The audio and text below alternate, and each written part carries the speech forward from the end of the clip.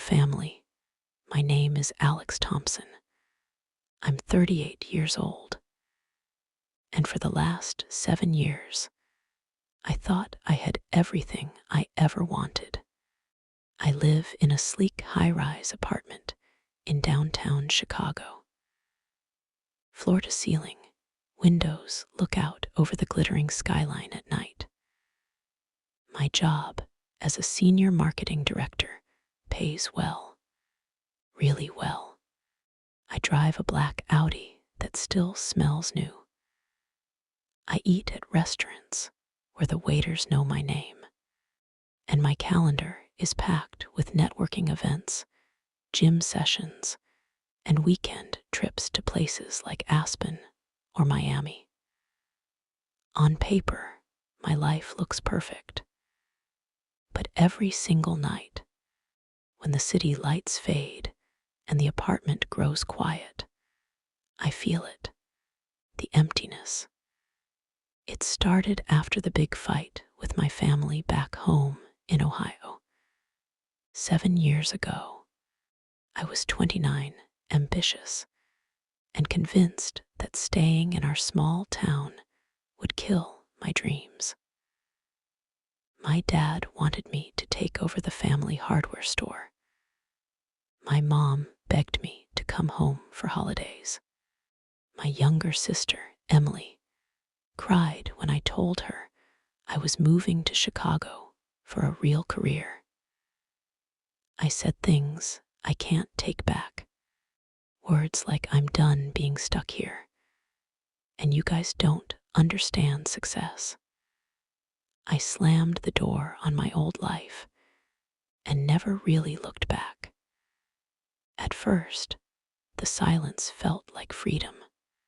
No more Sunday dinners with too much mashed potatoes. No more dad's lectures about hard work and loyalty. No more mom's worried phone calls asking if I was eating enough. I threw myself into work. Promotions came fast. Friends, well, they were more like colleagues who laughed at my jokes over expensive drinks. Relationships never lasted long. I told myself I was too busy for anything serious, but birthdays started to feel hollow. Christmas became just another day to catch up on emails. And every time I saw a family walking together in the park, laughing, arguing, holding hands, something tight would squeeze in my chest. One rainy Thursday evening, I came home from a long day. The apartment was cold, even with the heat on. I poured myself a glass of whiskey and sat on the couch. My phone buzzed. It was a text from an unknown number. Alex, it's Emily. Mom's been in the hospital. She had a heart attack yesterday. She keeps asking for you. My stomach dropped. I stared at the screen for what felt like forever. Then I typed back with shaking fingers. Is she okay? Emily's reply came quick. They say she'll pull through, but she's weak. Dad's not doing great either. He barely leaves her side. Please, if you can come. I booked the flight that same night. No hesitation. For the first time in years, the fancy apartment felt like a cage. The next morning, I landed in Cleveland and rented a car. The drive to our small town felt surreal. Everything looked smaller than I remembered. The old oak trees along Main Street, the hardware store with the faded sign that still said Thompson and Son. When I pulled up to the hospital, my heart was pounding. I hadn't seen any of them in 7 years. Not a single visit. Not even a proper phone call on holidays. I walked down the sterile hallway, flowers in one hand, a bag of Mom's favorite chocolates in the other. The room door was slightly open. I heard Dad's voice first, low and tired. "She's been talking about him all morning, Em. I don't know if he'll come." I stepped inside. Mom looked so small in that hospital bed. Pale, tubes everywhere. But when her eyes met mine, her face lit up like the sun breaking through clouds. "Alex, my boy, you came." Dad turned around slowly. His eyes were red from lack of sleep. He didn't say anything at first, just stared at me like he was seeing a ghost.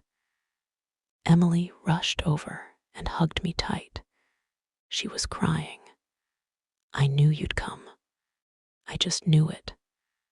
I sat by Mom's bed for hours that day.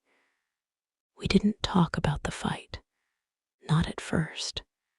Instead, she told me stories from when I was little. How I used to help Dad in the store, stacking boxes taller than me. How I'd fall asleep on the porch swing after playing baseball with the neighborhood kids. Dad finally spoke when the nurse came to check vitals. His voice was rough. "You look good, son. Chicago treating you right." I nodded, but the words stuck in my throat. "Yeah, it's fine." That night, I stayed at the old house. My childhood bedroom was exactly the same. Same blue walls, same trophies on the shelf, same creaky floorboard by the door. I couldn't sleep. I walked downstairs and found Dad sitting at the kitchen table, staring at an old photo album. He looked up when I entered. "Couldn't sleep either, huh?" We sat there in silence for a while. Then he slid the album toward me. Pages filled with pictures I hadn't seen in years. Me and Emily as kids, covered in mud after a rainstorm. All four of us at the lake, smiling with fishing rods. Mom and Dad on their 25th anniversary, dancing in the backyard. "I kept thinking you'd come back one day," Dad said quietly. "Not for the store, just for us. But I get it. You wanted more. We were proud of you, even when it hurt." Tears burned in my eyes. I was an idiot, Dad. I thought success meant leaving everything behind. I thought being alone made me strong. But every night in that big apartment, I just felt lost. He reached over and squeezed my shoulder, the way he used to when I was a kid and struck out at baseball. "Family ain't perfect, Alex. We argue, we disappoint each other, but we show up. That's what matters." Mom came home from the hospital 3 days later. We had a quiet dinner at the house, just the four of us. No fancy restaurant, no expensive wine. Just Mom's meatloaf, Dad's bad jokes, and Emily's laughter filling the room. For the first time in 7 years, the silence inside me started to fade. Before I flew back to Chicago, I stood on the porch with Dad. The hardware store sign creaked in the breeze across the street. "I'm not asking you to move back," he said, "but maybe come home more often. Your mom lights up when you're here, so do we." I hugged him then. A real hug, not the awkward side one from years ago. "I will, Dad, I promise."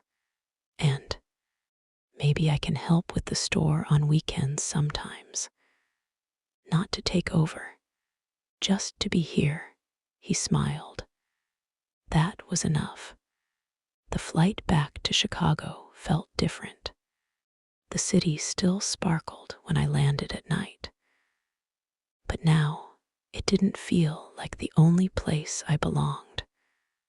I kept my job. I kept the apartment. But I changed my priorities. Every month, I flew home for a weekend. Sometimes more.